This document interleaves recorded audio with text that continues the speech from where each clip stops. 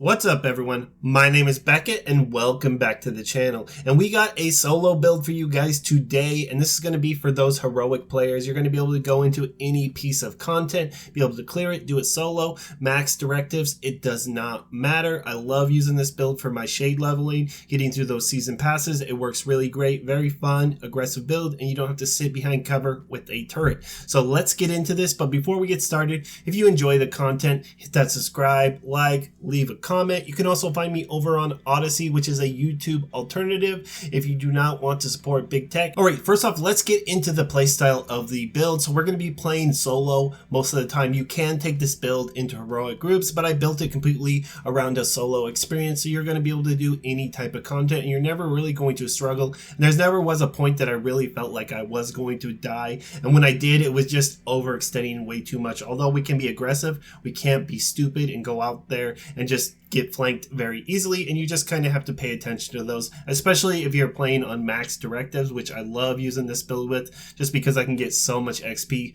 bust out those resource convoys, bust out those checkpoints, bounties, summit, heroic solo missions, whatever it may be. Sometimes I just like to run in there and do things by myself. Now, as for specializations, we're going to be using technician because we're going to be making good use out of that skill tier. It's going to have great synergy with our weapon talent, which is a very underrated talent in my opinion, which is future perfect. Now, you are going to want to make sure you spec into the 10% skill healing because we are going to be using this build mostly for healing. There's going to be 0 skill damage coming out of it in most situations. Now, as for our weapons, we are going to be running a couple different variations depending on if you're running max directives or you're running 0 directives. Now, if you're running max directives, we're going to want a AR and an SMG with the talent future perfect, just because we're going to be running out of ammo fairly quick. We're going to want to be able to switch and be able to keep those extra skill tiers running at all times. Now, if you're running without directives, I would suggest running a AR with future perfect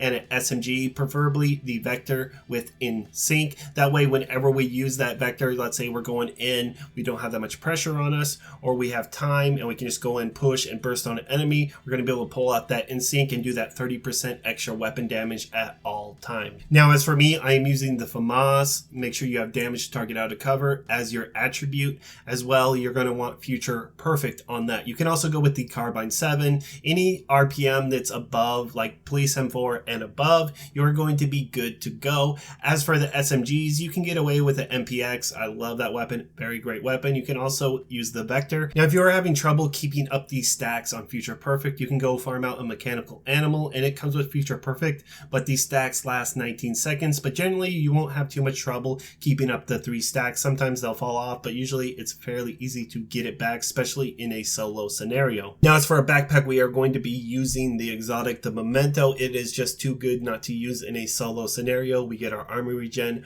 our weapon damage, and our skill efficiency, which is going to buff our shield and our fixer drone. Now, for our chest piece, we're going to be using a Fenris just because I make the most use out of my AR, but if you use your SMG a lot more, you may want to switch over and get a Sokolov. It's all up to you. The talent we're going to be going with is Unbreakable. It just helps so much. You're able to weave in and out. Let's say your drone is going down, you can use that Unbreakable and proc it so you can stay alive a little longer. And there are just some situations, let's say you overextend, that Unbreakable has saved my life many times, and it's just all around great talent for that solo content.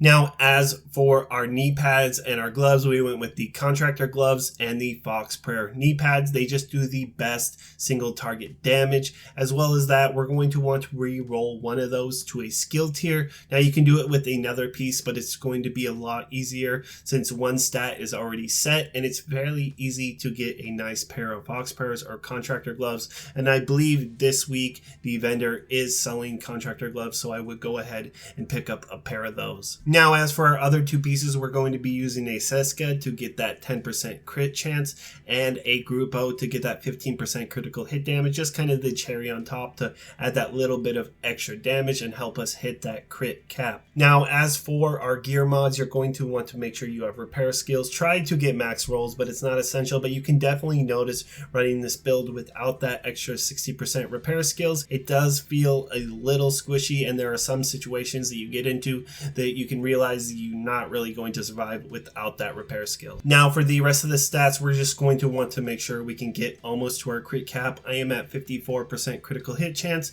and about 120% critical hit damage with my AR. Now as for our skills, we're going to be using the Crusader shield. Now you're going to want to prioritize active regeneration over holstered regeneration, and those are the only really two mods that we care about. Now we are also going to be using the fixer drone. Just make sure for mods, healing, and skill haste, that's the only thing that really matters.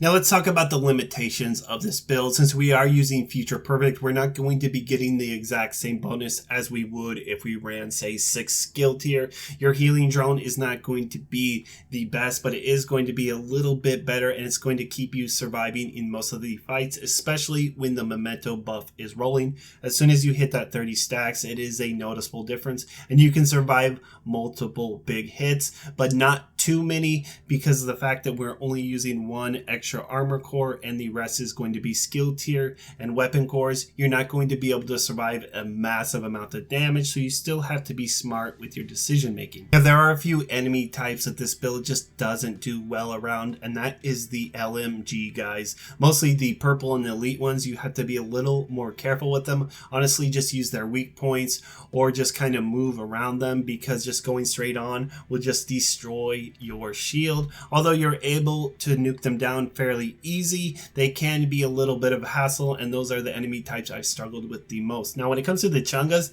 they're not a problem at all. They're really easy to move around. They don't really break your shield as long as you stay a little bit away from them, and the only ones that I thought would pose a threat is the big sledgehammer guys, but you're able to stagger them within 1 to 2 clips before they can even get close to you, and it never really felt like a big issue. You're able to tear through all of that armor fairly quick on all of the Chungas. Now one thing to note is rogue encounters, and that is where I had the most trouble with this build. Now I would suggest switching out your shield just because it's not going to work that well during the rogue encounters. I ended up using a turret, but you can also go with some CC, say a shock trap, your riot foam if you are good with shooting that riot foam. Now like the most success I had with the rogue encounters was just keep your fixer drone and throw out assault turret and just throw it away from you, and the rogues will be so busy dealing with that you can just nuke them down. Other than rogues and those LMG guys, you really don't have to be careful about anything else, and you can just be aggressive all day. But that's all I have for the build today, guys.